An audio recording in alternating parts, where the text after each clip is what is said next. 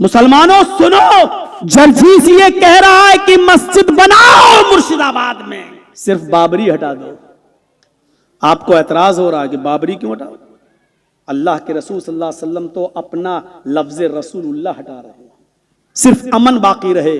जो समझौता हो रहा है, जो कंप्रोमाइज हो रहा है, वो बाकी रहे। इस समझौते को, कंप्रोमाइज को बाकी रखने के लिए आपने लफ्ज रसूलुल्लाह काट दिया। बंगाल के रहने वालों, बंगाल में अमन और शांति को बरकरार रखने के लिए तुम लफ्ज बाबर नहीं हटा सकते। अरे मुनाफिकों ने एक मस्जिद बनाई थी, उनका इरादा यह था कि हम रसूलुल्लाह के पीछे नमाज नहीं पढ़ेंगे, हम अपना एक अलग इमाम रखेंगे, अलग इमाम मुतय्यन करेंगे। अल्लाह ताला ने अपने नबी को बजरिए वही जब बता दिया कि इनके इरादे ठीक नहीं है, तो अल्लाह के रसूल ने बनी हुई मस्जिद, जिसका नाम मस्जिद ज़रार था, अल्लाह के रसूल ने उस मस्जिद को भी गिराने का हुक्म दे दिया, तोड़ने का हुक्म दे दिया। क्यों? क्योंकि उसकी बुनियाद फितना और फसाद की वजह से रखी जा रही थी। स्टेज पर बैठे हुए मुअज़्ज़ज़ उलमाए किराम, इस मदरसे के अराकीन और मेंबरान और जिम्मेदारान,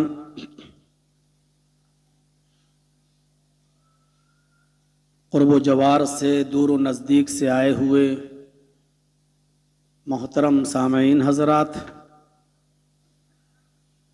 कौम व मिल्लत के लायकवर नौजवानों और अजीज़ बच्चों, रात के 11 बजे तक आपने मुख्तलिफ़ उलमा को उनके मुख्तलिफ़ टॉपिक्स पर, अनावीन पर, उनके मुख्तलिफ़ उसलूब व लहजे में आपने समाअत फरमाया। फिर आपने इस इदारे के लिए ताउन भी किया।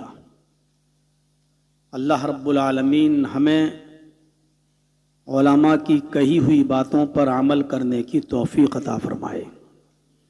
जो बातें कही जा चुकी हैं और इस वक्त कही जा रही हैं, अल्लाह ताला कहने वालों को भी और सुनने वालों को, सभी को उस पर अमल करने की पूरी पूरी तौफीक अता फरमाए।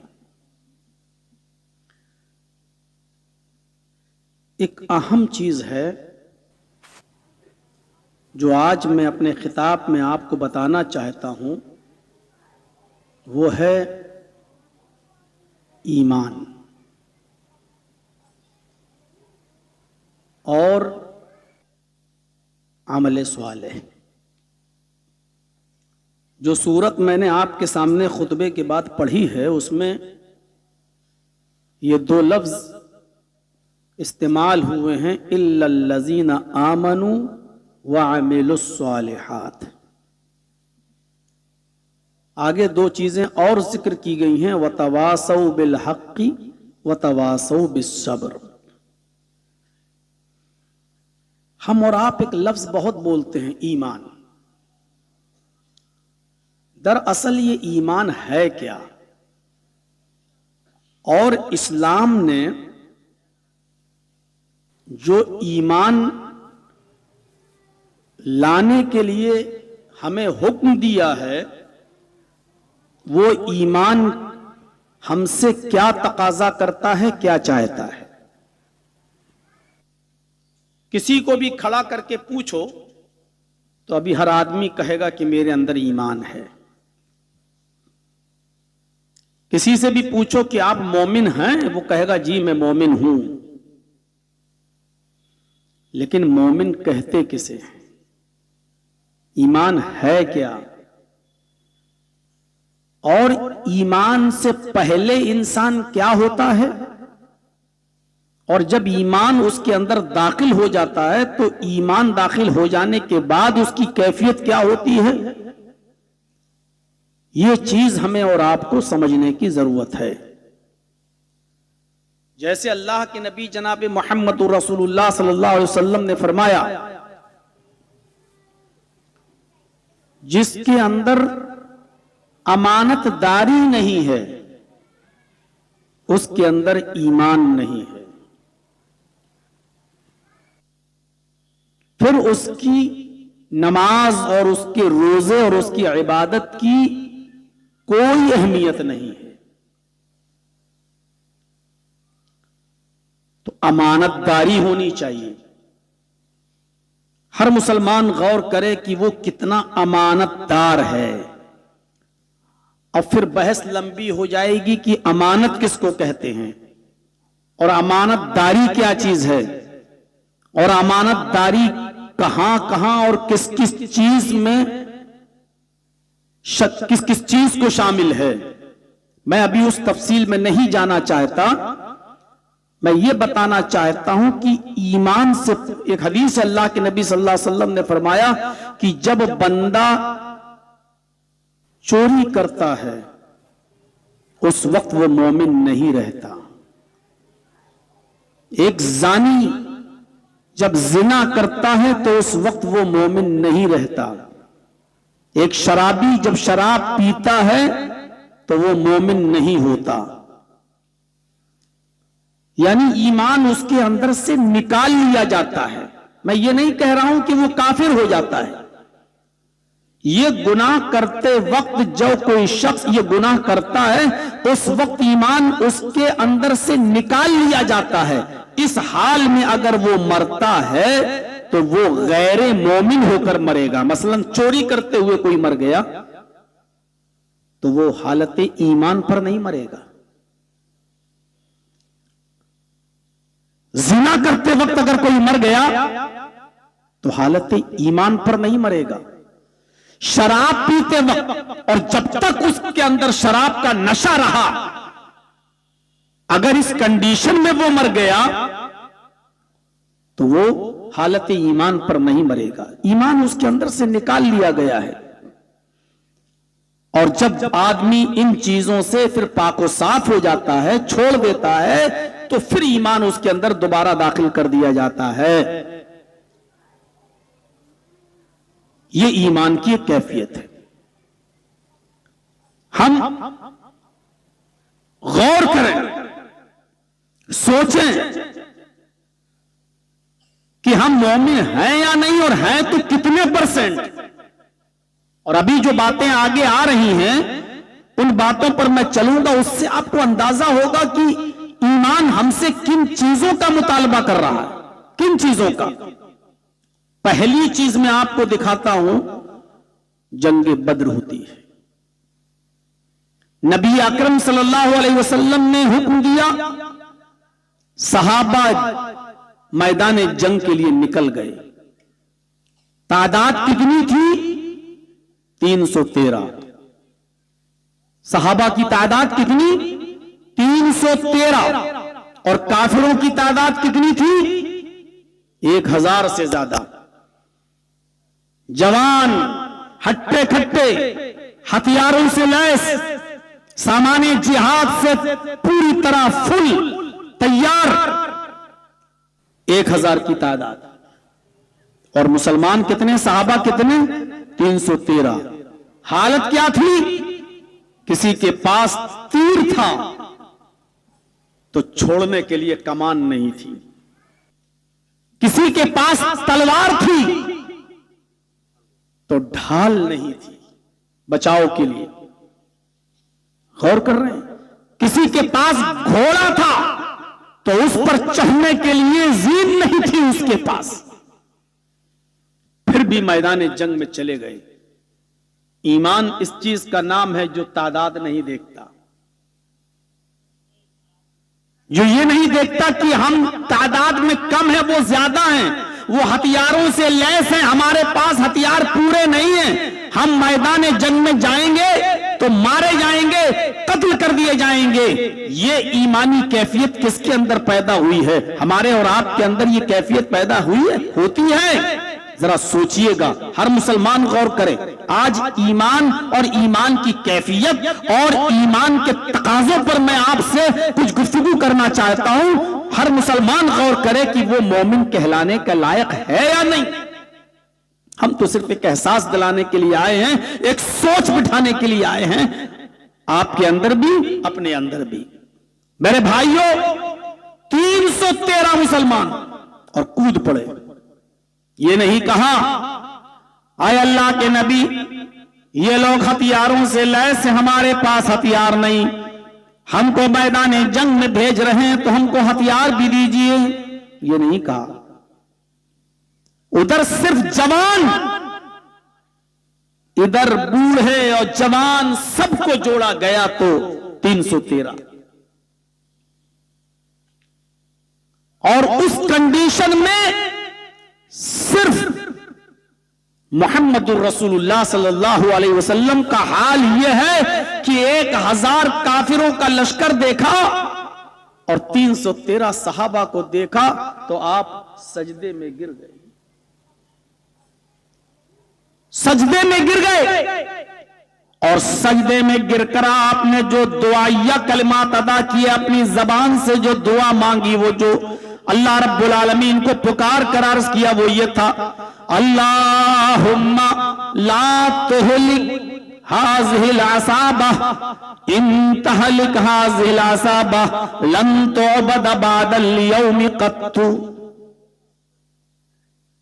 इमाम बुखारी इन जुमलों को बुखारी के अंदर दर्ज करते हैं कि नबी अकरम सल्लल्लाहु अलैहि वसल्लम ने ये जुमले अदा किए, आय अल्लाह ये मुट्ठी भर जमात हलाक न करना, अल्लाहुम्मा ला तुहलिक हाज़िहिल असाबा, आय अल्लाह इस छोटी सी जमात को, इस छोटे से गिरोह को, इन 313 पक्के सच्चे मुसलमानों को तू हलाक न करना, बर्बाद न करना, लॉस न करना, जाये न करना।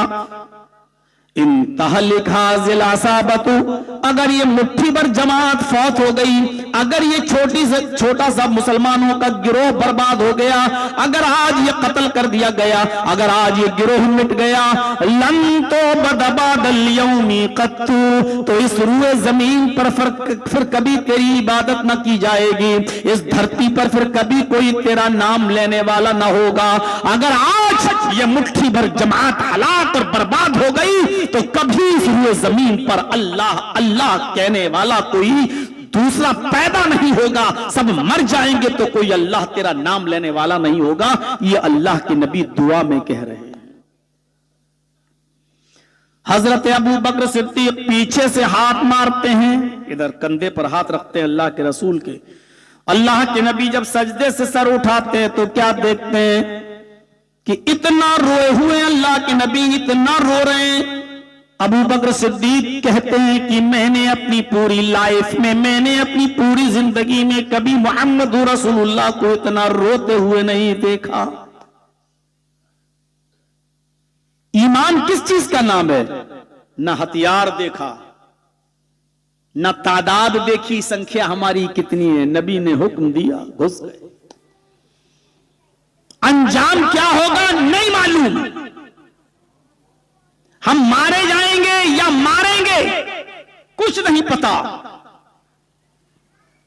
मैदान जंग में चले गए, कुछ नहीं था उनके पास, तीर था तो कमान नहीं, तलवार थी तो ढाल नहीं, घोड़ा था तो ज़ेन नहीं, एक चीज थी तो दूसरी चीज गायब। हां, एक चीज थी उनके पास और वो था ईमान, एक चीज थी उनके पास और वो था तवक्कुल अलल्लाह, अल्लाह पर भरोसा। इस चीज ने उनको मोमिन बनाया था, इस चीज ने उनको बाहौसला और बाहिम्मत बनाया था।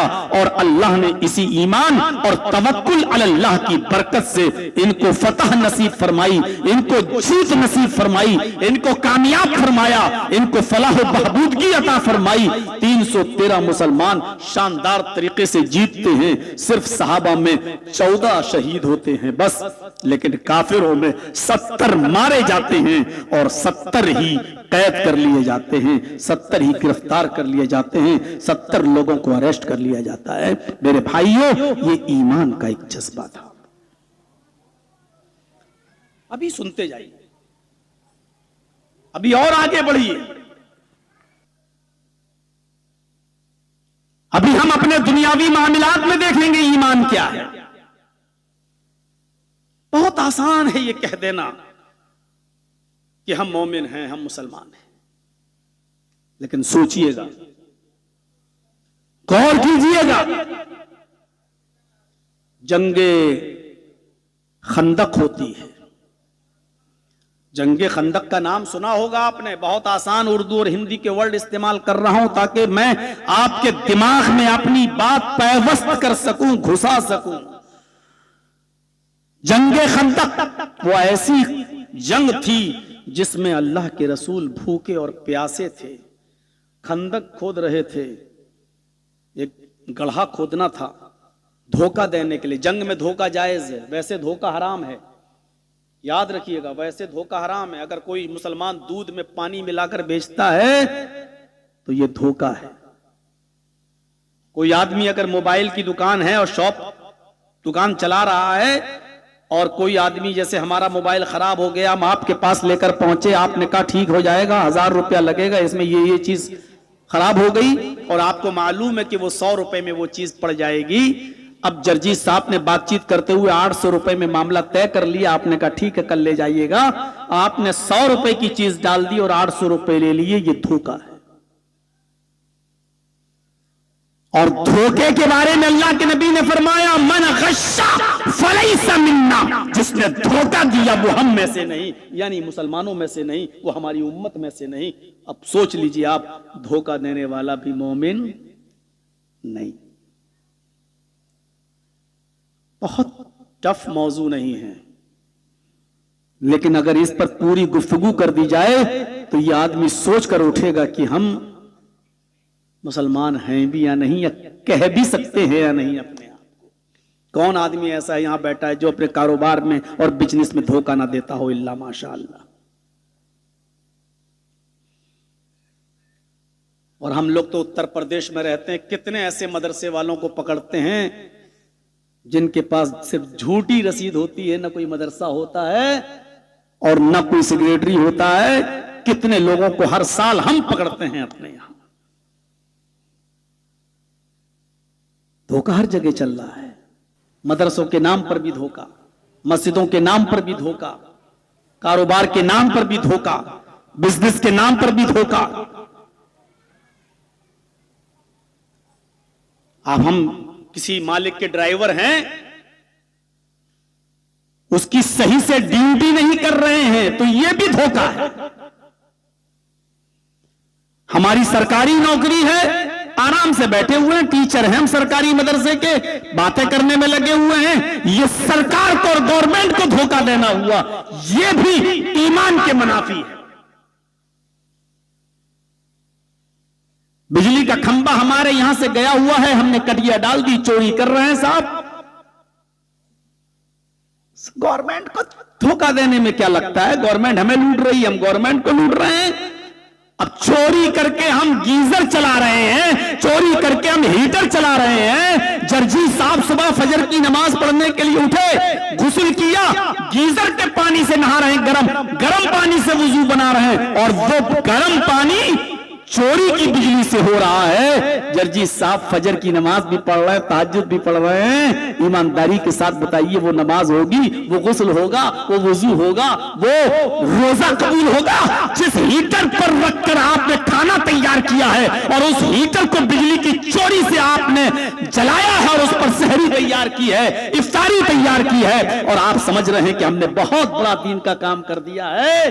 मेरे भाइयों, ईमान के तकाजे इन तमाम चीजों से खाली हैं। ईमान इन तमाम चीजों से बरी है। ईमान ये मुतालबा करता है कि इन तमाम चीजों से तौबा करो। मौलाना साहब, आज तो आप बघिये दौड़ने पर आ गए हैं। ये छोटी छोटी बातों को जरा जहन में रखिए। आप खंदक हो रही है, जंग खंदक, गड्ढा खोदा जा रहा है। सिर्फ जंग में धोखा, यहां से बात कट गई थी, दूसरी तरफ चली गई। जंग में धोखा देना जायज है। एक खंदक खोदना था, गड्ढा खोदना था बहुत गहरा, और ऊपर से उसके ऊपर, जैसे हमारे यहां जैसे यहां जमीन पे पुआल वाल डाल दिया जाता है ताकि लोग बैठ जाएं, ऐसे ही उस खंदक को खोद कर उसके ऊपर से घास फूस पुआल वगैरह डालना था या मिट्टी वगैरह उंडेलना था, ताकि काफिरों को यह पता चले कि यह जमीन है, और जब वो उसके ऊपर पैर रखें तो इस गड्ढे में गिर जाएं, और जब गड्ढे में गिर जाएं तो हम उनके ऊपर पूरी तरीके से काबू पा लें। जंग के अंदर धोखा जायज है, दिया जा सकता है, क्योंकि जंग का ताल्लुक ही धोखे से है। एक आदमी छुप के मारता है कि नहीं मारता? देखिए जंग में हम किले के पीछे छिपे हैं और दुश्मन पर हमला कर रहे हैं, वो भी कहीं से छुपा हुआ और अपने आप हमला कर रहा। तो जंग के अंदर ये सूरतें जायज हैं, लेकिन जंग के अलावा किसी और शक्ल में ये सूरतें जायज नहीं है। तो अल्लाह के नबी खंदक खोद रहे हैं, एक सहाबी आते हैं, बेहोश हो जाते हैं। अल्लाह के नबी उनके करीब आए, पानी का छींटा मारा, जब उनको होश आया आपने कहा बेहोश क्यों हुए? उन्होंने अपना पेट खोल के दिखाया, कहा अल्लाह के रसूल देखिए पेट पे पत्थर बंधा हुआ है, यानी भूख की वजह से हम बेहोश हो गए हैं, खाना नहीं मिला, खाना नहीं मिला। तो अल्लाह के नबी सल्लल्लाहु अलैहि वसल्लम ने कहा तुम ये सोचते हो कि मैं या ये और लोग जो है वो खाना खाकर काम कर रहे हैं, जो हालत तुम्हारी है उससे ज्यादा ही हालत हमारी भी खराब है। आपने अपना पेट जब खोल कर दिखाया तो उस पर 2 पत्थर बंधे हुए थे, 2 पत्थर, यानी मैं तुमसे डबल भूखा हूं, लेकिन मैं शो नहीं करता हूं, दिखावा नहीं करता हूं, रिया नमूद नहीं है मेरे अंदर। तो उस खंदक को खोद रहे थे। जानते हो जंगे खंदक में कितने मुसलमानों ने जंग लड़ी है? सिर्फ 3000। और काफिर कितने थे?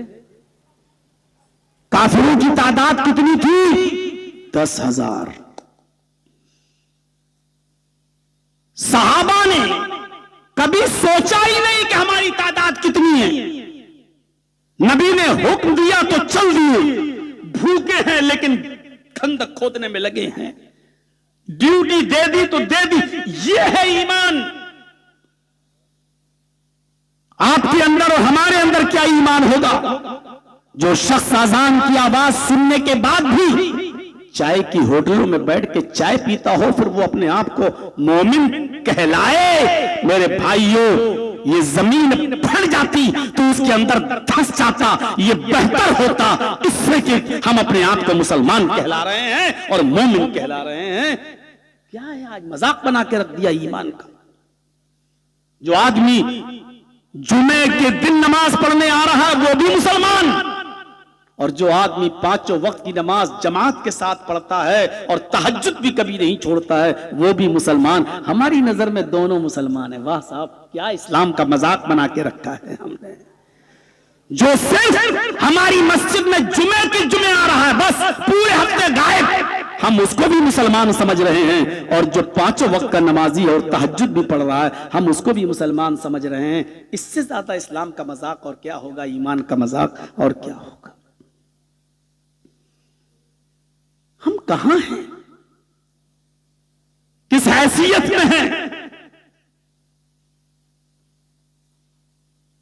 मौलाना अब्दुल अजीज, शाह अब्दुल अजीज रहमतुल्लाह अलैह ने एक किताब लिखी है जिसका नाम है बुस्तानुल मुहद्दिसीन। शाह अब्दुल अजीज कि वो किताब बुस्तानुल मुहद्दिसीन में एक जबरदस्त वाकया नकल किया गया है। उस वाकये की रोशनी में आप देखें, हम और आप जायजा लें। वाकया क्या था सुनिए। अब्दुल्लाह इब्ने मुबारक का नाम सुना है? बहुत मशहूर मुहद्दिस गुजरे हैं अब्दुल्लाह इब्ने मुबारक। नाम क्या है? अब्दुल्लाह। तो बाप का नाम क्या हुआ? मुबारक। मैं मुबारक का वाकया सुना रहा हूं। मुबारक साहब घर से निकले, रोजी रोटी की तलाश में, कोई मुलाजिमत मुझे मिल जाए, किसी की नौकरी मुझे मिल जाए। तो एक रईस और अमीर आदमी ने उनसे कहा मेरे बाग में काम करोगे, मेरे गार्डन में काम करोगे? उन्होंने कहा कि बहुत अच्छा, ठीक है मैं कर लूंगा। कहा तुम्हें मेरे इन आम के पेड़ों की देख रेख करना है, सुबह उठना है, बाग में पानी मारना है, सिंचाई करना है, और इन आम के बागों की, आम के पेड़ों की तुम्हें रखवाली करना है, हिफाजत करना, और यही तुम्हारी एक झोंपड़ी है, कुटिया है, यही तुम्हें सोना होना है। कहा ठीक है। उनको नौकरी पर रख लिया। और सुनो मुसलमानों, उनको नौकरी पर रख लिया गया। वो एक लंबी मुद्दत तक 2 साल 3 साल 4 साल तक वो उसमें काम करते रहे। एक दिन ये अमीर आदमी जिसका ये बाग था, ये रईस आदमी, ये अमीर आदमी, ये दौलतमंद आदमी अपने कुछ दोस्तों को लेकर बाग में पहुंचा। कि आइए मेरे बाग में आम पककर तैयार हैं, फल तैयार हैं, आओ मैं तुम्हें खिलाता हूं, आओ आम तुम्हें खिलाते हैं। जब ये आदमी वहां पहुंचा अपने दोस्तों को लेकर, तो मुबारक से अपने मुलाजिम से, अपने नौकर से कहा, मुबारक जाओ जरा मीठे मीठे आम तोड़कर लाओ और हमारे दोस्तों के सामने काट कर रखो। मुबारक गए और उन्होंने एक तरफ से आम तोड़ना शुरू कर दिया और लाए। जब उन आमों को काटा गया खाने के लिए, तो कुछ आम मीठे निकले, कुछ खट्टे निकले, कुछ कसीले निकले। मुबारक ने, मालिक ने, रईस ने, अमीर ने, दौलतमंद ने, उस रिच मैन ने डांटते हुए कहा, मुबारक तुम्हें शर्म नहीं आती? इतने सालों से तुम बाग में काम कर रहे हो और मेरे दोस्तों के सामने तुम मेरी इंसल्ट करा रहे हो। मैंने तुमसे मीठे मीठे आम लाने के लिए कहा था और तुम एक तरफ से आम ले आए, खट्टे मीठे कसीले। जाओ दोबारा तोड़ के लाओ। हजरत मुबारक जब दोबारा आम तोड़ने गए तो फिर वही, कुछ खट्टे निकले, कुछ मीठे निकले, कुछ कसीले निकले, कुछ कच्चे निकले, कुछ पक्के निकले। कहा तुम्हें शर्म आनी चाहिए मुबारक, तुम बार बार मेरी इंसल्ट कराते हो, क्यों ऐसा कर रहे हो? तो इतने सालों से तुम इसमें काम कर रहे हो। हजरत मुबारक ने जवाब दिया कि मेरे मालिक, मेरे आका, मैं क्या जानूं कि कौन सा आम मीठा है, कौन सा खट्टा है, कौन सा कसीला है? मैं तो एक तरफ से तोड़ के ले आता हूं, मैं क्या जानूं कि कौन सा मीठा है, कौन सा खट्टा है? मालिक ने कहा, इतने सालों से काम कर रहे हो, तुम्हें इतना भी तजर्बा नहीं है? कहा कि मैं काम ही तो कर रहा हूं, मुझे आपके बाग में काम करते हुए 4-5 सालें हो गई हैं। मैंने आपके आम के दरख्त का कोई फल, कोई आम मैंने आज तक खाकर देखा ही नहीं है। तो मुझे मालूम हो कि कौन सा खट्टा होता, कौन सा मीठा होता है। आपने मुझे काम की निगरानी के लिए रखा था, आम खाने की इजाजत कहां दी थी आपने मुझे? उस रईस आदमी ने, उस अमीर आदमी ने कहा कि ऐ मुबारक, क्या वाकई तुमने अब तक मेरे इस बाग से कोई आम, एक भी आम खाया नहीं? कहा नहीं। कहा मैं क्यों खाऊंगा, मैं तो अपने हाथ से रोटी बनाता हूं, खाना बनाता हूं, खा लेता हूं। आप उसका अलग से मुझे मुआवजा देते हैं। आपने मुझे इस बाग की रखवाली के लिए रखा था। मैं कौन होता हूं इस आम का, इस बाग का फल खाने वाला? मैंने आज तक एक भी फल नहीं खाया। उसने शर्म से अपना सर नीचे कर लिया। किसने? मालिक ने। और अपने घर गया, अपनी बीवी से मशवरा किया कि मेरी अहलिया, मेरी वाइफ, एक नेक आदमी हमारे बाग में आया है, 4-5 साल से काम कर रहा है, जवान आदमी है, बड़ा अमानतदार है। क्यों न मैं अपनी बेटी की शादी, अपनी बेटी की शादी उस अमानतदार और उस ईमानदार आदमी से कर दूं। बीवी भी नेक थी, उसको भी नेक लड़के की तलाश थी अपनी बेटी के लिए। दोनों का मशवरा हुआ, फिर मुबारक को बुलाया गया और मुबारक से मशवरा किया गया कि मैं अपनी बेटी का निकाह तुम्हारे साथ करना चाहता हूं। हजरत मुबारक ने कहा, अगर आपको कोई एतराज नहीं है तो मुझे भी कोई एतराज नहीं। ये सच है कि मुझे भी शादी की जरूरत है। और फिर उस बाग के मालिक ने अपनी, भैया जाना हो तो जाओ, बैठ जाओ, या तो फिर बैठ जाओ, खड़े मत होइए। उस बाग के मालिक ने फिर अपनी बेटी का निकाह उस मुबारक से कर दिया। जो चीज बताना चाहता हूं वो आप, जब उस बाग के मालिक ने अपनी बेटी का निकाह मुबारक से किया और उस बाग के मालिक की बेटी जब मुबारक के घर पे विदा होके आई, तो इन दोनों के मिलन से, यानी मुबारक और उस बाग के मालिक की बेटी जो बीवी बन के आई, इन दोनों के ताल्लुक से एक बेटा पैदा होता है, जिस बेटे का नाम रखा जाता है अब्दुल्ला, जो आगे चलकर दुनिया के बड़े बड़े मुहद्दिसों में इनका शुमार किया जाता है। एक अजीम मुहद्दिस बनता है, एक मुहद्दिस कबीर की शक्ल में बनता है।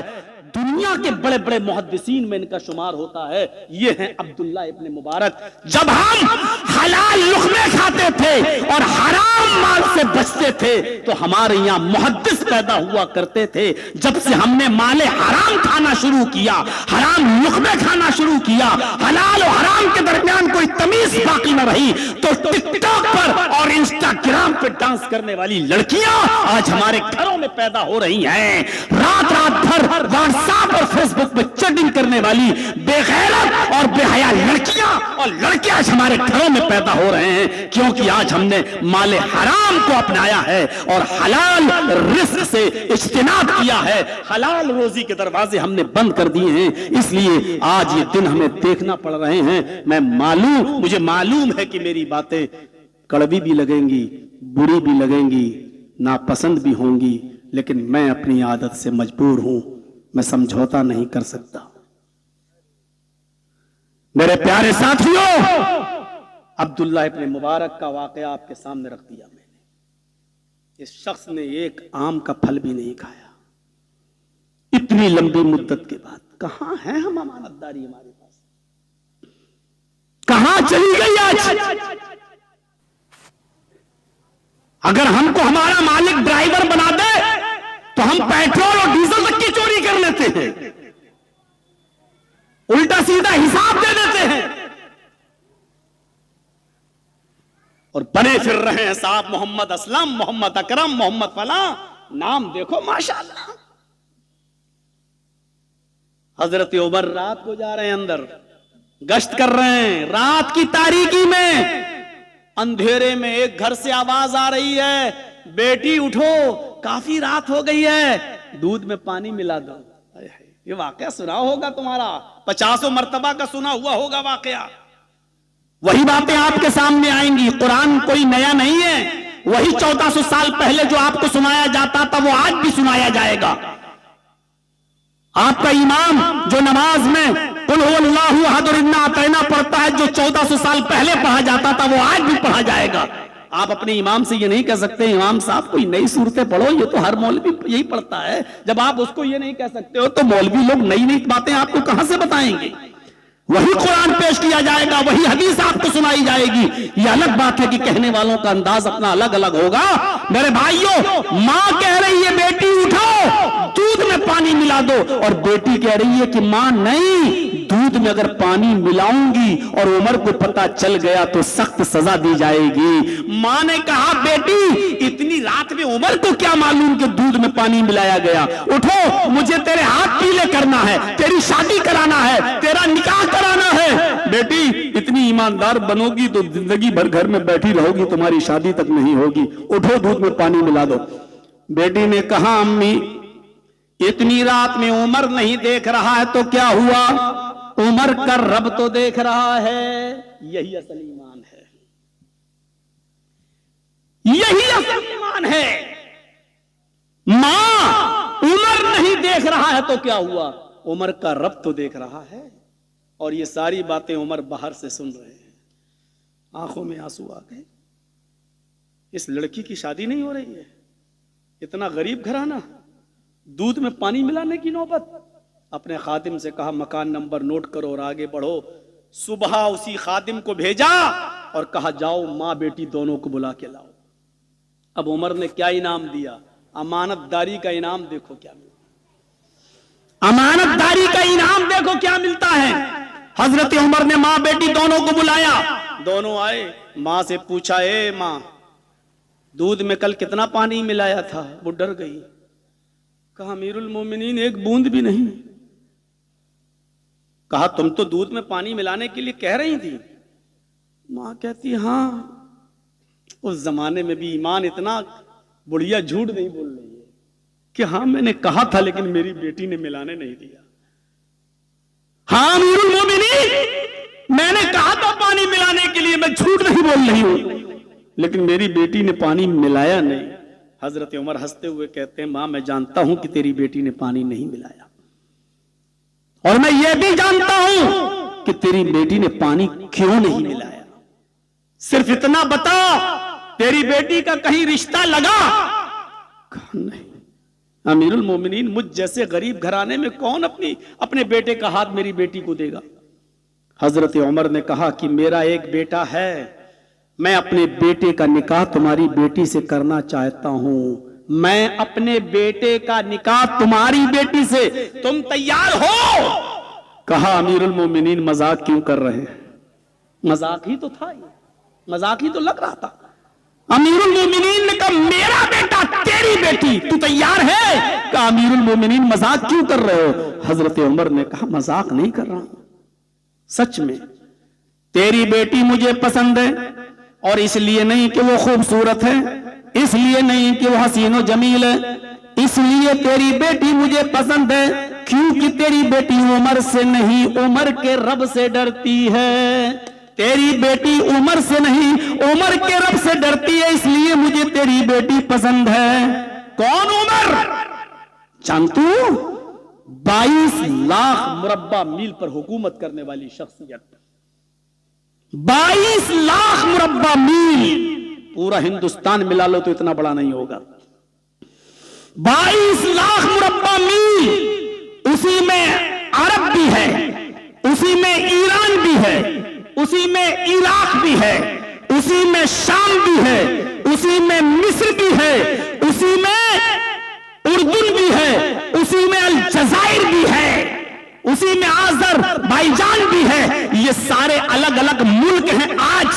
आज ये सारी अलग अलग कंट्री है, पहले ये सब एक थे, और हजरत उमर अकेले इन पूरे के पूरे और सारे के सारे इलाकों पर अकेले हुकूमत करते थे, अकेले हुक्मरां थे। इतनी बड़ी रियासत, इतनी बड़ी हुकूमत का मालिक एक मामूली, एक गरीब औरत की बेटी के लिए अपने बेटे का हाथ दे रहा है, और उसकी गरीब की बेटी का हाथ मांग रहा है। क्या मेरा बेटा निकाह के लिए तैयार है, तुम अपनी बेटी का हाथ देने के लिए तैयार हो? जरा तसव्वुर करो। और फिर उस नेक लड़की, उस अल्लाह से डरने वाली, उस बाईमान लड़की को हजरत उमर ने अपनी बहू बनाया, अपनी बहू। क्यों? क्योंकि हजरत उमर जानते थे ईमान किस चीज का नाम है, और इस लड़की के अंदर ईमान मौजूद था। ईमान इसी चीज का नाम है। क्या ये ईमान आज हमारे अंदर मौजूद है? जलसों में और क्या सुनना चाहिए? ठीक है, मौजूदा हालात पर भी गुफ्तगू होनी चाहिए, वो भी जरूरी है, वो भी हमारे समाज का एक हिस्सा है, लेकिन हम गौर करें। इल्लल्लज़ीना आमनू व अमिलुस्सालिहात, क्या ये ईमान है हमारे अंदर? मुसलमानों, हमें पहले अपना ईमान, और जब ये ईमान नहीं है, इसीलिए आज हम तरह तरह की आजमाइशों में मुब्तला हैं। अल्लाह ने इज्जत देने का वादा मोमिनों के लिए किया था, वलिल्लाहिल इज्जतु वलिरसूलिही वलिलमुमिनीन। इज्जत तो अल्लाह के लिए, इज्जत तो रसूल के लिए, वलिलमुमिनीन, और इज्जत तो मोमिनों के लिए है। क्या आज हम इज्जत से हैं? क्या कुरान झूठा है? नऊजुबिल्लाह। कुरान ने कहा, अल्लाह ने कहा कि इज्जत तो मोमिनों के लिए। आज इज्जत है? हमारे यहां इलाके में चले आइए, थोड़ी देर के लिए आप नमाज पढ़ के जुमे की बाहर देख लीजिए, और आप सोशल मीडिया पे देखे होंगे जिन लोगों ने 10 मिनट की नमाज भी मस्जिद से बाहर रोड पे पढ़ी, पुलिस वालों ने कैसे नमाज पढ़ने की हालत में मुसलमानों को लातों से मारा है। नमाज पढ़ने की हालत में मुसलमानों को लातें मारी गई। आप किस इज्जत की बात करते हो? कहां आप इज्जत से हैं? कहां है आप इज्जत के साथ? कौन सी इज्जत है आज हमारी? थोड़ी बहुत इज्जत हमें मिलती भी है, तो उसमें भी हमारे दरमियान इतने इख्तिलाफात हो जाते हैं कि कोई मुसलमान, सबसे बड़ी बुराई यह है कि हम चंद सिक्कों में और चंद टकों में बिक जाते हैं। कोई भी हमें खरीद ले, कोई भी हमें खरीद ले। आज वही सूरत हाल है। फितना और फसाद फैलाना इस्लाम में सबसे बड़ा जुर्म है। फितना और फसाद फैलाना इस्लाम में सबसे बड़ा जुर्म है, और फितना और फसाद फैलाने वालों की एक ही सजा है, उसका दाहिना हाथ काटा जाए तो बायां पैर काटा जाए, और दाहिना पैर काटा जाए तो बायां हाथ काटा जाए। यानी मुख्तलिफ सिमतों से। ये फसाद फैलाने वाले की सजा है इस्लाम में। अगर सीधा हाथ काटा गया तो उल्टा पैर काटो, एक पैर काटा जाएगा एक हाथ, अगर हाथ दाया है तो पैर बायां, और अगर पैर दायां काट रहे हो तो हाथ बायां। यह सजा है फितना और फसाद फैलाने वालों की। कोई गुंजाइश नहीं है इस्लाम में फितना और फसाद फैलाने के लिए। अमन के लिए, सुकून बर्पा करने के लिए मोहम्मद रसूलुल्लाह सल्लल्लाहु अलैहि वसल्लम ने अपना नाम तक कटवा दिया था सुलह हुदैबिया के मौके पर। याद करो, आप याद है ना, 1400 सहाबाए किराम आ रहे थे मदीना से उम्रा करने के लिए मक्के। और याद रखना कितने सहाबा, 1400। और मदीने से मक्का कितना दूर है, 300 मील। किलोमीटर कितना हुआ, 450, 450 किलोमीटर। आजकल वाली गाड़ियां नहीं थी, वो जर्जीत साहब वाले वो गाड़ी नहीं है कि वंदे भारत में पटना से बैठे और 4 घंटे में 400 किलोमीटर का सफर तय हो गया और किशनगंज उतर गए। 300 मील, 450 किलोमीटर का सफर किया जा रहा है, घोड़े पर बैठकर, ऊंट पर बैठकर। कई दिन मुसलसल सफर करने के बाद हुदैबिया के मकाम पर पहुंचते हैं। पता चलता है कि मक्के में लोग तलवार लेकर खड़े हैं, लड़ने के लिए तैयार हैं, कत्ल करने के लिए तैयार हैं, मक्के में आने नहीं देंगे, घुसने नहीं देंगे। अल्लाह के नबी सल्लल्लाहु अलैहि वसल्लम ने खुद अपने 1400 सहाबा को उसी जगह पर ठहराया और एक आदमी को भेजा। कितना दूर रह गया था मक्का मालूम, सिर्फ 7 मील। तो मेरे भाइयों 7 मील की दूरी पर रह गया मक्का। 450 किलोमीटर का सफर करके आप आ चुके हैं और रोक दिया गया।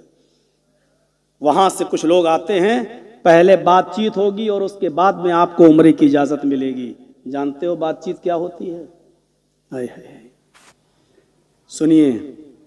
पहली चीज, आए मोहम्मद सल्लल्लाहु अलैहि वसल्लम, इस साल आपको उम्रा नहीं करने दिया जाएगा, बैरिंग लौटो, जहां से आए हो वहीं वापस जाओ।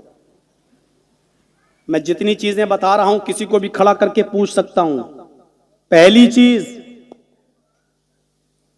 इस साल आपको उम्रे की इजाजत नहीं मिलेगी, जहां से आए हो वहीं से वापस जाओ। यानी मदीने से आए हो, मदीने वापस जाओ। इस साल उम्रा नहीं करने देंगे किसी को भी, पहली शर्त। दूसरी शर्त, आइंदा साल, नेक्स्ट ईयर, अगली साल आप आ सकते हैं उम्रा करने के लिए। आपने कहा ठीक है। देखिए शर्त, देखिए, इस साल नहीं करने दिया जाएगा, ठीक है। नेक्स्ट ईयर आओगे, आपने कहा ठीक है। 3 दिन से ज्यादा मक्के में रहने की इजाजत नहीं होगी, आपने कहा ठीक है, हम उम्रा करेंगे और उसी दिन चले जाएंगे, ठीक है। मक्के में हम पैदा हुए, इटावा में हम पैदा हुए, इंडिया में हम रहे, सबसे ज्यादा कुर्बानियां हम ही मुसलमानों ने दी। आज भी जाकर इंडिया गेट पे देख लो कि सबसे ज्यादा शहीदों में मुसलमानों के नाम आज भी सबसे ज्यादा लिखे हुए हैं। 95,000 में 65,000 के करीब सिर्फ मुसलमानों के नाम है, अकेले मुसलमानों के नाम इंडिया गेट पर आज भी लिखे हुए हैं। लेकिन हम ही से कहा जा रहा है नागरिकता तुम साबित करो, यहाँ के हो कि नहीं हो, कि घुसपैठी हो। हम ही से कहा जा रहा है कि साबित तुम करो कि तुम यहाँ पैदा हुए हो कि नहीं हुए हो। हमें औरों से भी कहा जा रहा है, औरों से भी कहा जा रहा है, लेकिन और अगर साबित हो गया कि नहीं है यहाँ का तो उसको नेशनलिटी दे देंगे। अगर मुसलमान साबित हो गया कि यहाँ का नहीं है तो उसको कैंपों में रखा जाएगा या उसको उसके मुल्क में। अभी देख रहे हो हमारे यूपी के चीफ मिनिस्टर की भाषा किस तरीके से बोला है कि एक भी घुसपैठिया यहां दिखाई न दे। सबको टाइट किया जा रहा है। बंगाल वालों, अल्लाह का शुक्र अदा करो, बड़े रहमतों के साए में तुम रह रहे हो इस वक्त। अब बिहार वालों से पूछ लो, जाकर देख लो अब क्या हाल हो रहे। अब चल रहा बुलडोजर, वो कह रहे हैं हमने 20-10 हजार रुपए लिया, हमने जिसको वोट दिया, अब हमारी घर पे बुलडोजर चल रहा है। देख रहे हो हालात।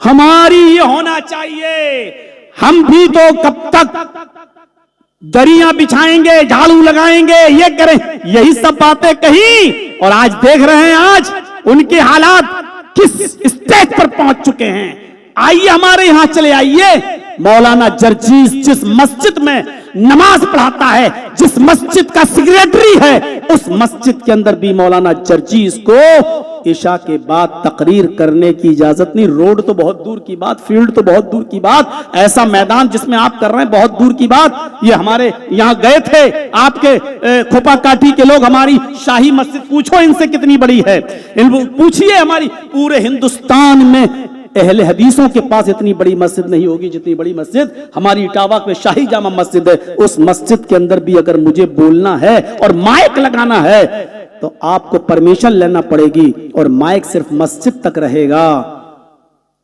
10 बजे के बाद वो भी आवाज नहीं आनी चाहिए। इतनी बंदिशों में हम लोग रह रहे हैं। आपको बंगाल वालों, आपको बाबरी मस्जिद चाहिए, जिस मस्जिद का चैप्टर क्लोज हो चुका है, उसका मामला अल्लाह के सुपुर्द है। और मैं अपनी तकरीरों में कह चुका हूं, उन्होंने अल्लाह का घर तोड़ा है, अल्लाह उनको जो सजा देना चाहेगा देगा। लेकिन फिर फितना फैलाया जा रहा है, फिर फसाद फैलाया जा रहा है, फिर फसाद बर्पा किया जा रहा है, फिर हिंदू मुस्लिम की राजनीति और गंदा खेल खेलने की तैयारी हो रही है। दूसरे लोग जानते हैं कि जब तक ये गंदा खेल नहीं खेलेंगे हम बंगाल में कामयाब नहीं होंगे, इसलिए ये खेल खिलवाया जा रहा है। आप कहते हैं मौलाना जर्जीस साहब क्या सबूत है कि वो बीजेपी का आदमी है? अरे सूरज निकला हो, आप फिर भी कहेंगे कि सूरज से देखकर कि जर्जीस साहब सबूत दीजिए कि सूरज कहां है। आप दलील मांगेंगे इसके बावजूद। मैंने आपके दामन में देख ली हूं कि 5 अंडे मौजूद हैं, और आप 5 अंडे दिखाकर कहें कि बताइए मेरे दामन में कितने अंडे हैं, तो जर्जीस साहब तो फौरन कह देंगे 5। जो चीज इतनी वाज़ेह हो, इतनी खुली हुई हो, इसके बाद भी आप शक व शुबे में पढ़े तो आपसे बड़ा बदअकल और आपसे बड़ा बैड माइंड कोई नहीं हुआ मेरे भाइयों। आप सबूत ढूंढ रहे हैं इस दौर में। जो गवर्नमेंट इस वक्त मौजूद है वहां यूपी वगैरह में और दिल्ली में, ये इतनी गंदी पॉलिटिक्स करती है, आप नहीं समझ पाएंगे। ये गवर्नमेंट बनाने के लिए, सरकार को हासिल करने के लिए ये मस्जिद बनाएंगे भी, और फिर सरकार आ जाने के बाद मस्जिद गिराएंगे भी। ये दोनों काम करेंगे।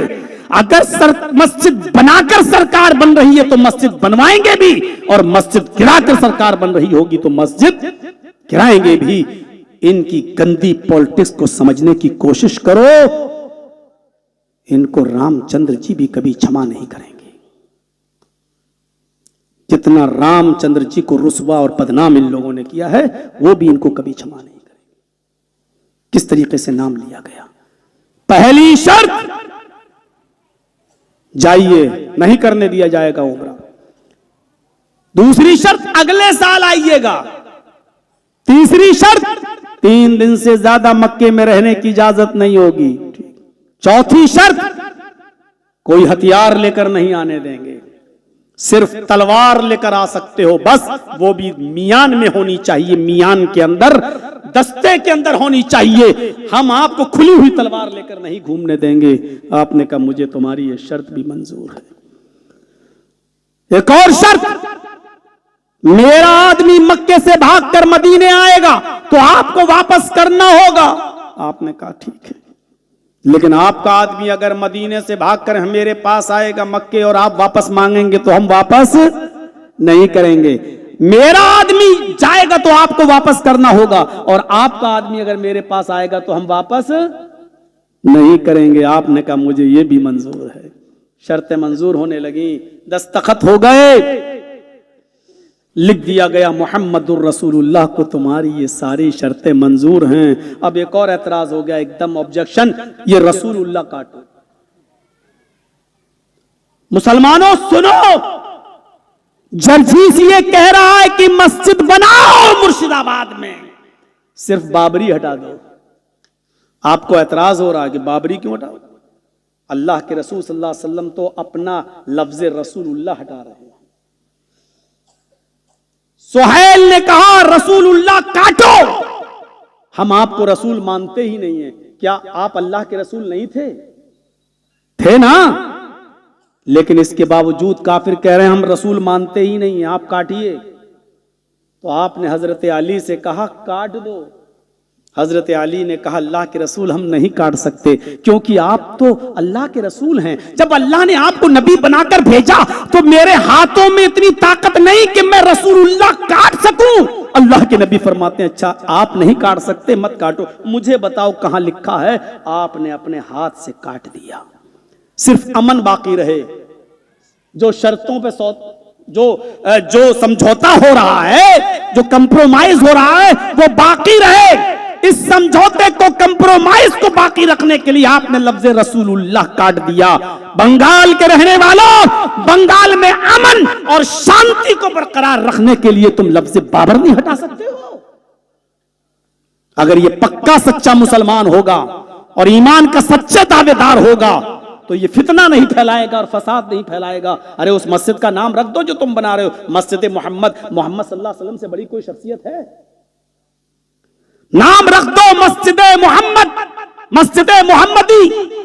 नाम रख दो मस्जिद अबू बकर, नाम रख दो मस्जिद उमर, नाम रख दो मस्जिद उस्मान, मस्जिद अली, मस्जिद आयशा, मस्जिद फातिमा, मस्जिद खदीजा।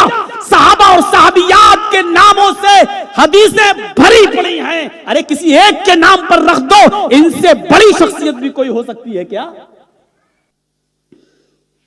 लेकिन तुझे जिद है कि हम बाबरी ही रखेंगे, तो हमें मालूम है कि ये क्यों रखा जा रहा है। हमें मालूम है कि क्यों ये जिद हो रही है। क्यों? तुम्हारे ऊपर कोई केस भी नहीं होगा। क्यों? क्योंकि किसका हाथ है तुम्हारे ऊपर, ये हम अच्छी तरीके से जानते हैं। यही चीजें देखना 3-4 दिन 5-6 दिन के बाद देखिएगा, ये कटिंग जाएंगी इंडिया टीवी के पास, इंडिया के पास और एनडीटीवी के पास और आज तक और इधर उधर जब जाएंगी तब आप देखिएगा कि कैसे मुंह फाड़ फाड़ के ये गालियां देंगे। देखो ये गया है मुसलमानों को वहां एक करने के लिए। अरे मैं मुसलमानों को एक करने के लिए नहीं गया हूं। मुसलमानों को एक करने के लिए गया होता तो मैं कहता बनाओ बाबरी मस्जिद। हम तो कह रहे हैं ये फितना है, ये फसाद है, और फितना और फसाद फैलाने वाले की इस्लाम में एक ही सजा है। अरे मुनाफिकों ने एक मस्जिद बनाई थी, उनका इरादा यह था कि हम रसूलुल्लाह के पीछे नमाज नहीं पढ़ेंगे, हम अपना एक अलग इमाम रखेंगे, अलग इमाम मुतय्यन करेंगे। अल्लाह ताला ने अपने नबी को बजरिए वही जब बता दिया कि इनके इरादे ठीक नहीं है, तो अल्लाह के रसूल ने बनी हुई मस्जिद जिसका नाम मस्जिद ज़रार था, अल्लाह के रसूल ने उस मस्जिद को भी गिराने का हुक्म दे दिया, तोड़ने का हुक्म दे दिया। क्यों? क्योंकि उसकी बुनियाद फितना और फसाद की वजह से रखी जा रही थी। फितना और फसाद बर्पा करने वालों की एक ही सजा इस्लाम में, हाथ काटा जाए दायां तो बायां पैर, दायां पैर काटा जाए तो बायां हाथ। मेरे भाइयों, अल्लाह के नबी जनाब मोहम्मद रसूलुल्लाह सल्लल्लाहु अलैहि वसल्लम ने अमन और शांति को, पीस को कायम रखने के लिए अपना नाम के आगे लफ्ज रसूलुल्लाह काट दिया। हजरत उमर को बहुत अफसोस भी हुआ, यहां तक हजरत उमर कहने लगे आए अल्लाह के नबी, रसूलुल्लाह काट कर आप हमें तकलीफ दे रहे हैं। ये 1400 सहाबा लड़ने के लिए तैयार हैं, जंग करने के लिए तैयार हैं, मरने मारने के लिए तैयार हैं। आए अल्लाह के नबी, ये इतना जिल्लत भरा, इतना इंसल्ट से भरा हुआ, इतना तौहीन से भरा हुआ ये समझौता, ये कंप्रोमाइज आप कर रहे हैं। अलसना अल हक, आए अल्लाह के नबी क्या हम हक पर नहीं है? अल्लाह के नबी ने फरमाया हाँ हम हक पर हैं। फरमाया कतलाहुम फिन्नार, अगर हम उनसे लड़ जाएं, जिहाद करने लगे, हम उनसे जंग करने लगे, ये लोग जो हमें मक्के जाने से रोक रहे हैं, अगर मैं इनसे लड़ने लगूं और इनको कत्ल कर दूं, इनको मार दूं, तो क्या ये मरने वाले जहन्नम में नहीं जाएंगे? अल्लाह के नबी ने फरमाया हाँ कतलाहुम फिन्नार, उनके मकतूल जहन्नम में जाएंगे, वो जितने मारे जाएंगे सब जहन्नमी होंगे। फरमाया कतलाना फिल जन्ना, आए अल्लाह के नबी अगर हम कत्ल कर दिए जाएं, ये लोग लोग लड़ते लड़ते अगर हमें मार दें, ये लोग लड़ते लड़ते अगर हमें कत्ल कर दें, तो क्या हम जन्नत में नहीं जाएंगे? हम अगर मारे जाएं तो जन्नत में नहीं जाएंगे? फरमाया हाँ, अगर हम मारे गए तो जन्नत में जाएंगे। फरमाया आय अल्लाह के नबी, जब हम इनको मारे तो ये जहन्नम में जाए, ये हमको मारे तो हम जन्नत में जाएं। जब दोनों तरफ से हमारा फायदा है तो आप क्यों नहीं जा रहे उम्रा करना ये रसूलुल्लाह क्यों काट रहे हैं? आपने फरमाया जो ज़बान में दे चुका हूं उसको वापस नहीं ले सकता, जो कंप्रोमाइज मैंने कर लिया उसको वापस नहीं कर सकता। आए मेरे साथियों, मैं जो समझ रहा हूं वो तुम नहीं समझ रहे। अगर उसी वक्त लड़ाई होती तो ये थे ही कितने 1400, और वहां तो हजारों की तादाद में लोग आ जाते। और क्या करते इन लोगों के साथ मेरे भाइयों? 1400 लोगों का पता नहीं चलता। इसलिए हिकमत से काम लेना और होशियारी से काम लेना और दानिशमंदी से काम लेना जरूरी था। आपने उनकी सारी नाजायज शर्तें भी मान ली, सारी नाजायज शर्तें, गलत शर्तें भी मान ली आपने, लेकिन आपने लड़ाई नहीं होने दी, झगड़ा नहीं होने दिया। आपने रहम को, पीस को, अमन को, शांति को बहाल रखा। मेरे भाइयों, बंगाल वालों, इस अमन और शांति को बहाल रखे रहना, बस इतनी सी गुजारिश है आपसे, इतनी सी गुजारिश है आपसे। इस अमन और शांति को बहाल रखना। मैं जानता हूं बिहार वालों की, में भी हम गए हैं तकरीरें करने, यूपी में भी हम करते हैं, और आपके यहां पर भी अल्लाह ताला ने आपको माइंडेड बनाया है, आपको सोचने और समझने की सलाहियत दी है। आप वक्त पर सही फैसला लेते हो, इस मर्तबा भी वक्त पर सही फैसला लीजिएगा। अल्लाह ताला आपको सही फैसला लेने की तौफीक अता फरमाए। तो इल्लल्लज़ीना आमनू, ये ईमान। खंदक 10,000 से लड़ गए, 3,000 सहाबा 10,000 से लड़ गए। ग़ज़वे उहद, ग़ज़वे खैबर, मेरे भाइयों, इनमें मुसलमान अपने 3-3 गुना ज्यादा लोगों से लड़ गए। क्यों? क्योंकि इस्लाम, ईमान था इनके अंदर। और ईमान जानते हो? सुनिए मेरे भाइयों, हजरत उमर फारूक के जमाने में जब मिस्र फतह हुआ, आओ बहुत दिलचस्प वाकया मैं सुनाने जा रहा हूं आपको। इस वाकये को सुन लीजिए, इस वाकये को सुन लीजिए। हजरत उमर फारूक के जमाने में मिस्र को फतह कर लिया गया, मिस्र। और जब मिस्र फतह हो गया, जीत लिया गया, उस पर जब मुसलमानों का कब्जा हो गया, तो मिस्र का गवर्नर किसको बनाया गया? मेरे भाइयों, अमर इब्ने आस को मिस्र का गवर्नर बनाया गया। जब मिस्र का गवर्नर बनाकर हजरत उमर ने अमर इब्ने आस को भेजा, तो मिस्र के अंदर कुछ लोग यहूदी और ईसाई भी रहते थे, इस्लाम नहीं लाए थे। जाहिर है कि अब उनको निकाल थोड़ी दिया जाएगा। रहो, जिजिया दो, टैक्स दो और रहो। हुकूमत जब तुम्हारी जान की और माल की हिफाजत करती है, तो जान की और माल की हिफाजत करने में जो खर्च होता है उस पर टैक्स भी लगाती है। जैसे यहां का इनकम टैक्स है, हम सब लोगों पर, हमारे ऊपर, हमारी सिक्योरिटी के लिए जब हुकूमत खर्च करती है तो हमसे टैक्स भी लेती है। तो ये जिजिया एक तरीके से टैक्स था जो काफिरों से लिया जाता था कि हम तुम्हारी सिक्योरिटी कर रहे हैं, तुम्हारी हिफाजत कर रहे हैं, तो तुम अपनी कमाई में से जिजिया भी दो, टैक्स भी दो। तो टैक्स लगता था।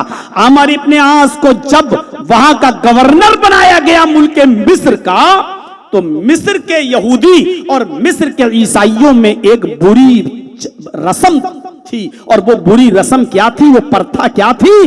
वो ये थी कि वो एक लड़की की बलि देते थे, कुंवारी लड़की की, जिसकी शादी नहीं हुई होती, जो लड़की बिल्कुल कुंवारी होती, शादी के लायक होती, लेकिन शादी नहीं हुई होती, उस लड़की की वो बलि देते थे, कुर्बानी देते थे दरियाए नील में।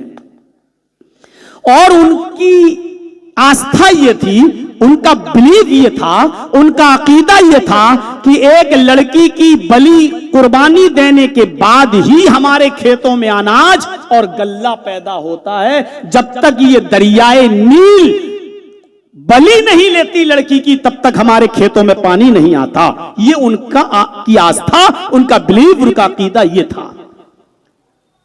तो हजरत अमर इब्ने आस को जब ये पता चला कि यहां के लोग ये करते हैं कि एक कुंवारी लड़की की बलि देते हैं, तो हजरत अमर इब्ने आस ने रोक दिया और फरमाया कि आए लोगों, हम तुम्हें किसी भी कुंवारी लड़की की बलि नहीं लेने देंगे, ये गलत है। क्यों किसी की कुर्बानी दोगे, गर्दन काटोगे और उसका खून दरियाए नील में बहाओगे?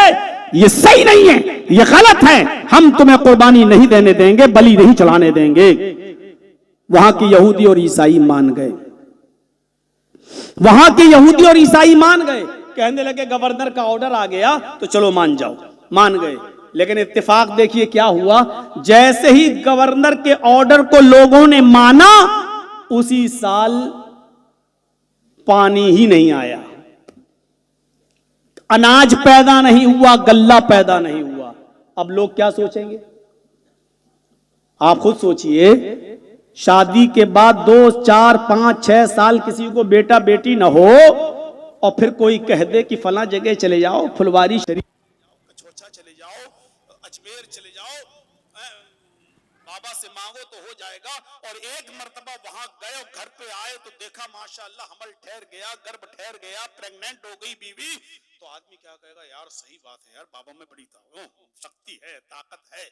ये लोग हर साल बलि देते थे तो गल्ला और अनाज पैदा होता था खेतों में।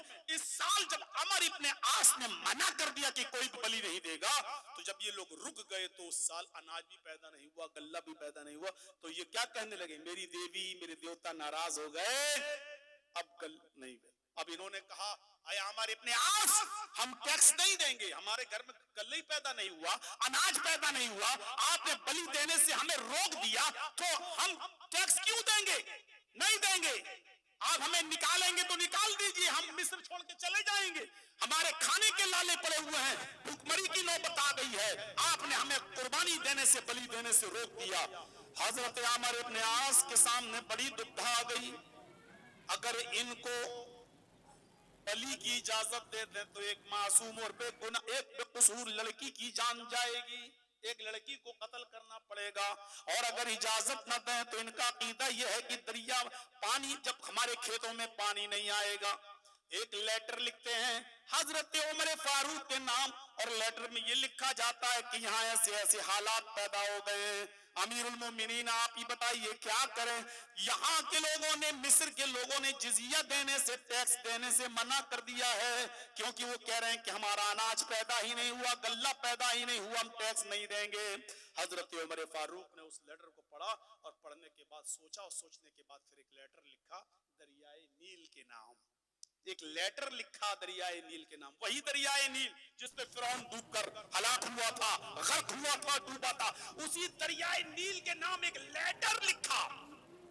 और लेटर देकर कासिद को भेजा, दूत को भेजा, मैसेंजर को भेजा और कहा कि ये अमर इब्ने आस को दे देना, और अमर इब्ने आस से कहना कि इस लेटर को दरियाए नील में डाल दे, इस खत को दरियाए नील में डाल दे। वो लेटर लेकर अमर इब्ने आस के पास आया, अमर इब्ने आस को वो लेटर दिया गया, अमर इब्ने आस ने वो लेटर दरियाए नील में डाला, तमाम लोगों को इकट्ठा कर दिया कि आए लोगों आओ, दरियाए नील के पास जमा हो जाओ। और दरियाए नील के पास आने के बाद देखो हजरत उमर का दिया हुआ ये लेटर मैं दरिया में डाल रहा हूँ। हजरत उमर ने किसी भी लड़की की जान लेने से मना किया है, और इस लेटर को दरिया के नाम लिखा है।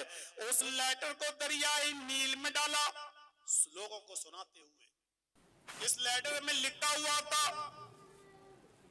इन कुंत तजरी फला तजरी बादा, ऐ दरियाए नील अगर तू अपनी मर्जी से चलती है, ऐ दरियाए नील अगर तू अपनी मर्जी से चलती है, अपनी मर्जी से पानी देती है, तुझे कोई पानी सप्लाई करने वाला नहीं है, अगर तू अपनी मर्जी से स्वयं चलती है, फला तजरी बादा, तो आज के बाद तू सूखी रहना, कभी जारी मत होना, कभी न चलना। अगर तू अपनी मर्जी से चलती है तो तेरे पानी की हमें जरूरत नहीं।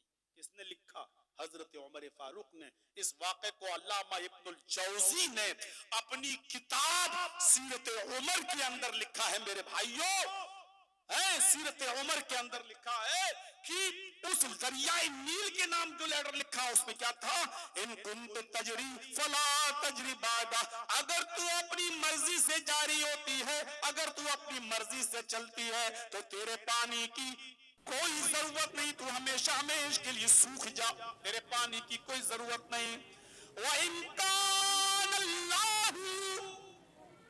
और अगर तुझे अल्लाह तबारक व तआला चलाता है, अल्लाह की मर्जी से तू चलती है, अगर तू अल्लाह के हुक्म से जारी होती है, तो आए दरियाए नील, फिर तेरे पानी की मुझे सख्त जरूरत है, तू चल जारी हो। अगर तू अल्लाह के हुक्म से जारी होती है तो मुझे तेरे पानी की एक एक बूंद की जरूरत है, तब तू जारी रहे, जारी हो जा। इतना कहना था। ये लेटर जब हजरत उमर फारूक का पढ़कर मैं जब जो लेटर दिया था उसको पढ़कर जब सुनाया हजरत आमिर इब्न आस ने, और उस लेटर को दरियाए नील में डाला, चारों तरफ से बादल छा गए, पानी गिरने लगा, दरियाए नील जारी हो गई। और आपको बताऊं मैं, दरियाए नील अपनी लेवल से 16 गज ऊपर पानी आ गया, यानी जितना पानी आम दिनों में दरियाए नील में रहता था उससे ऊपर उठकर 16 गज पानी आ गया। ये दुआ मांगना पड़ी हजरत आमिर इब्न आस को कि ऐ अल्लाह, मैंने रहमत का पानी मांगा था, जहमत का नहीं। ऐ अल्लाह, पानी को हमारे लिए रहमत का पानी बना दे, जहमत का नहीं। हमें मुल्क छोड़ के ना भागना पड़े, बाढ़ ना आ जाए, सैलाब ना आ जाए। मेरे भाइयों, गौर करो, ये ईमान की ताकत थी, जो यकीन था कि हम दुआ अल्लाह से मांगेंगे तो अल्लाह हमें देगा। आज वो ईमान कहां चला गया? आज हमें भरोसा ही नहीं, रोजी रोटी पे भरोसा नहीं। वमन यत्तकिल्लाह यजअल लहू मखरजा व यरज़ुकहु मिन हैसु ला यहतसिब, अल्लाह से डरोगे तो अल्लाह तुम्हारे लिए निकलने का रास्ता बनाएगा।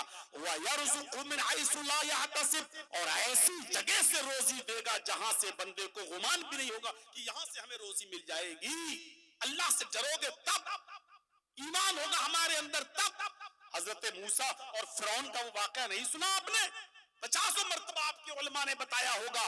हजरत मूसा अलैहिस्सलातु वस्सलाम से मुबाहिसा हो रहा है, फिरौन अपने जादूगरों को बुलाता है, फिरौन अपने जादूगरों को बुलाता है, मूसा अलैहिस्सलातु वस्सलाम से मुनाजरा करता है, मुबाहिसा करता है और कहता है कि आओ आज हक का सामना हो जाए, तुम सच्चे हो या हम सच्चे हैं।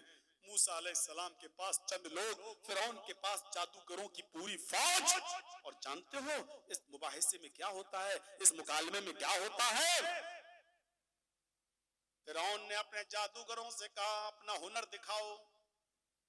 बस 12 बजे के बाद अब लोगों का बैठना मुश्किल हो जाता है, और जाहिर बात है कि शुगर वाले सबसे पहले भागेंगे, जिनको बार बार पेशाब आता है। इस वाक़े को और सुन लीजिए मेरे भाइयों, बड़ा दिलचस्प वाक़या ये भी है, सुन लीजिए बस मेरे भाइयों। फिरौन ने अपने जादूगरों से कहा कि अपना तिलस्म दिखाओ, अपना करतब दिखाओ, अपना जादू दिखाओ। तो जानते हो अभी फिरौन के जादूगर मोमिन नहीं है, इस्लाम नहीं लाए, अभी ईमान नहीं है, इसलिए उन्होंने शर्त क्या रखी, क्या कहा? इन्ना लना लाजरन इन कुन्ना नहनुल गालिबीन। मेरे सरदार, मेरे बादशाह, मेरे आका, मेरे मालिक, आए फिरौन, हम अपना हुनर दिखाने जा रहे हैं मूसा और मूसा की कौम के सामने। अगर हम गालिब आ गए, अगर हम जीत गए तो आप हमें इनाम क्या देंगे? इन्ना लना ला अजरन, हमारे लिए क्या अजर होगा, हमें आप इनाम क्या देंगे? फिरौन ने कहा इनाम पूछते हो, इनाम पूछते हो? अगर तुम मूसा और मूसा की कौम से जीत गए, इन्नकुम लमिनल मुकर्रबीन, तो तुम हमारे करीबी हो जाओगे।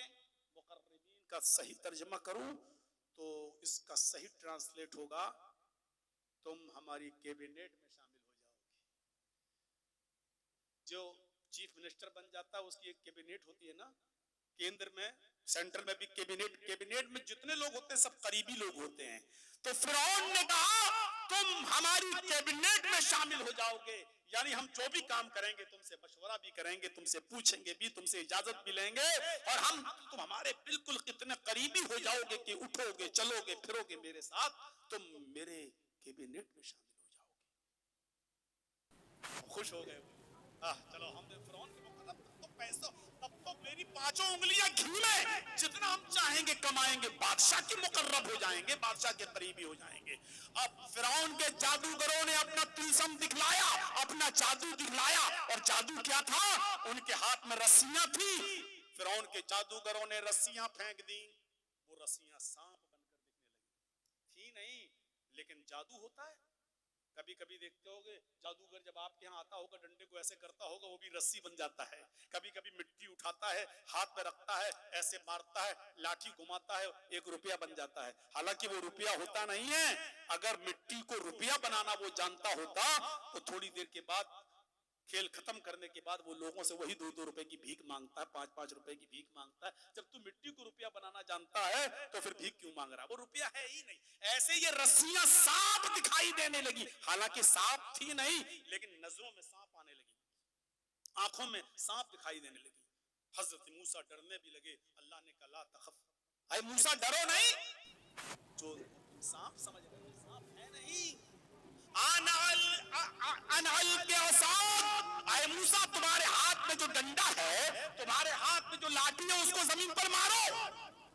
हजरत मूसा अलैहिस्सलाम के हाथ में जो लाठी थी, जो डंडा था, उसको जब मूसा अलैहिस्सलाम ने जमीन पे मारा तो वो अजदहा बन गया।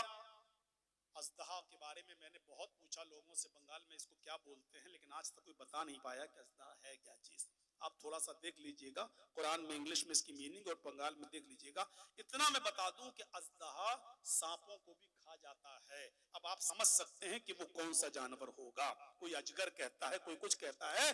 बहरहाल अजदहा को हम बंगला में अभी तक समझ ही नहीं पाए कि वो क्या जुमला उसके लिए बोला जाता है। तो मेरे भाइयों, हजरत मूसा ने जब लाठी जमीन पे मारी तो वो अजदहा बन गया, और उसने मुंह खोला और सारे सांपों को खा गया, निकल गया पेट में।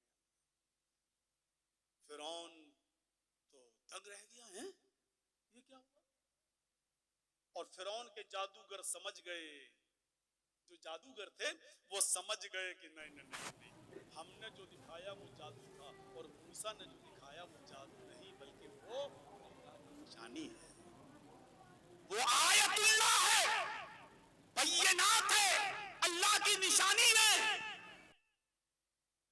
तो जैसे ही अजदहे ने सांपों को निगलना शुरू कर दिया, खा गया, फिरौन के जादूगरों ने देखा तो समझ लिया कि आज तो मेरा जादू पकड़ा गया। मूसा ने जो दिखाया वो हकीकत है, वो जादू नहीं है। फिरौन के जादूगर चीखने लगे, आमन्ना बिरब्बिल आलमीन रब्बे मूसा व हारून। मैं उस रब पर ईमान लाया जो दोनों जहान का पालने वाला है। मैं उस रब्बुल आलमीन पर, अल्लाह पर ईमान लाया। मैं उस अल्लाह पर ईमान लाया जो मूसा का भी रब है, जो हारून का भी रब है। अब ये जादूगर क्या हो गए? इस्लाम ले आए, ईमान कबूल कर लिया। अब देख लीजिए, अभी तक काफिर थे तो उजरत मांग रहे थे, मेरा इनाम क्या होगा, मेरा इनाम क्या होगा। अब ईमान ले आए, आमन्ना बिल्लाही आमन्ना बिरब्बिल आलमीन रब्बे मूसा व हारून। मैं अल्लाह रब्बुल आलमीन पर ईमान लाया, मैं मूसा और हारून के रब पर ईमान लाया। आमन्ना, ईमान लाया। अब जब ईमान वाले हो गए, ईमान ले आए, तो ईमान लाने के बाद इनके अंदर क्या क्रांति पैदा हुई, क्या इनकलाब पैदा हुआ, वो बताना चाहता हूं मेरे भाइयों। हम और आप ईमान वाले हैं, क्या ये इनकलाब, क्या ये क्रांति हमारे अंदर है? अभी तक वो ईमान वाले नहीं थे फिरौन के जादूगर, तो कह रहे थे कि हमारा इनाम क्या होगा। लालच थी इनाम की, इनाम का लालच था। लेकिन अब ईमान लाए तो फिरौन ने कहा, अच्छा तुम सब फिर गए, मेरी इजाजत के बगैर तुम सब मूसा के रब पर, अल्लाह पर ईमान ले आए हो तुम, हम तुम्हें सख्त से सख्त सजा देंगे। तो फिरौन के जादूगरों ने क्या कहा, आए फिरौन, अल्लाह की तरफ से वाज़ेह निशानियां देख लेने के बाद अब हम तुम्हें तरजीह नहीं देंगे, अब तुम्हारी बात नहीं मानेंगे, तुम्हें भी अपना रब नहीं मानेंगे। फिरौन ने कहा तो सुन लो, फिर हम सजा क्या देंगे तुम्हें। कहा कि बताओ सजा क्या दोगे। फिरौन ने कहा, लअक़त्तिअन्ना अयदियकुम व अर्जुलकुम मिन खिलाफ व लिउसल्लिबन्नकुम अजमईन। आए मेरे जादूगरों, अगर तुम फिर से मुझे नहीं मानते हो, मूसा और हारून के रब पर ईमान वापस नहीं करते हो, तो हम तुम्हारे हाथ और पैर काट देंगे मुखालिफ सिमतों से। लअक़त्तिअन्ना अयदियकुम व अर्जुलकुम मिन खिलाफ, वही दायां हाथ काटेंगे तो बायां पैर, बायां हाथ काटेंगे तो दायां पैर, हम तुम्हारे हाथ और पैर काट डालेंगे मुख्तलिफ सिमतों से। वलिनुसल्लिबन्नकुम अजमईन, और तुम सबको सूली पे चढ़ा देंगे, तुम सबको फांसी पे चढ़ा देंगे, तुम सबको कत्ल कर डालेंगे, मार डालेंगे, हम तुम्हें फांसी दे देंगे। ये सजा कितनी सख्त सजा है। दाहिना हाथ काटेंगे तो बायां पैर, या बायां हाथ काटेंगे तो दायां पैर, और इसके बाद फंदा लटकाकर तुम्हें गले में, तुम्हें हम सूली दे देंगे, मार डालेंगे, कत्ल कर देंगे, और तुम्हें फांसी पे चढ़ा देंगे। इतनी बड़ी सजा सुनने के बाद जानते हो जब ईमान पैदा हो गया इनके अंदर तो इन्होंने क्या कहा? वहीं खड़े खड़े क्या कहा? आए फिरौन, तुझे जो करना हो कर ले, फक़ज़ी मा अंत क़ाज़िन। पूछो हाफिजों से कुरान की आयत है कि नहीं? फक़ज़ी मा अंत क़ाज़, तुझे जो करना हो कर, जो तू चाहे वो कर ले। इन्नमा तक़ज़ी हाज़िहिल हयात दुनिया, तू सिर्फ दुनिया में मुझे सजा दे सकता है, आखिरत में मेरा कुछ नहीं बिगाड़ सकता। सिर्फ दुनिया में मेरे हाथ पैर कटवा सकता है, सूली दे सकता है, सिर्फ दुनिया का तू कुछ इख्तियार रखता है सजा देने का, लेकिन आखिरत में तू मेरा मालिक नहीं है, आखिरत में मुझे फिर इंशाअल्लाह जन्नत मिलेगी। अब आप देख लीजिए, ईमान लाने से पहले दौलत का लालच था, मुझे इनाम क्या दोगे, और ईमान लाने के बाद हाथ पैर कटवाने के लिए भी तैयार हो गए, ईमान लाने के बाद सूली पर लटकने के लिए भी तैयार हो गए। ये था ईमान, और ये ईमान की जरूरत है मेरे भाइयों। आप बीड़ी नहीं से छोड़ सकते और मोमिन हो, आप सिगरेट नहीं छोड़ सकते हो, मोमिन हो, आप शराब नहीं छोड़ सकते हो, मोमिन हो, आप जुआ नहीं छोड़ सकते हो, मोमिन हो, आप हराम कारोबार बंद नहीं कर सकते हो और अपने आप को मोमिन कहते हो, नहीं। या अय्युहल्लज़ीना आमनु दुखुलू फिस्सिल्मि काफ़ा, ईमान वालो इस्लाम के अंदर पूरे के पूरे दाखिल हो जाओ, पूरे के पूरे दाखिल हो जाइए आप अपने इस्लाम के अंदर, वरना सिर्फ जबान से कह दिया ला इलाहा तो क्या हासिल, दिलो ज़बान मुसलमान नहीं तो कुछ भी नहीं। सिर्फ हम अपने ज़बान से कह रहे हैं कि मुसलमान हैं, हकीकत में मुसलमान बनो मेरे भाइयों। 1.5 घंटे की इस तकरीर के बाद आप चूंकि अब रुखसत होने लगे हैं, कि करके उठ के जाने लगे हैं, इसलिए मैं अपनी बात को खत्म करने से पहले थोड़ा सा इशारा ये करूंगा कि इदारा, मेरे भाइयों, आप लोगों की मरहून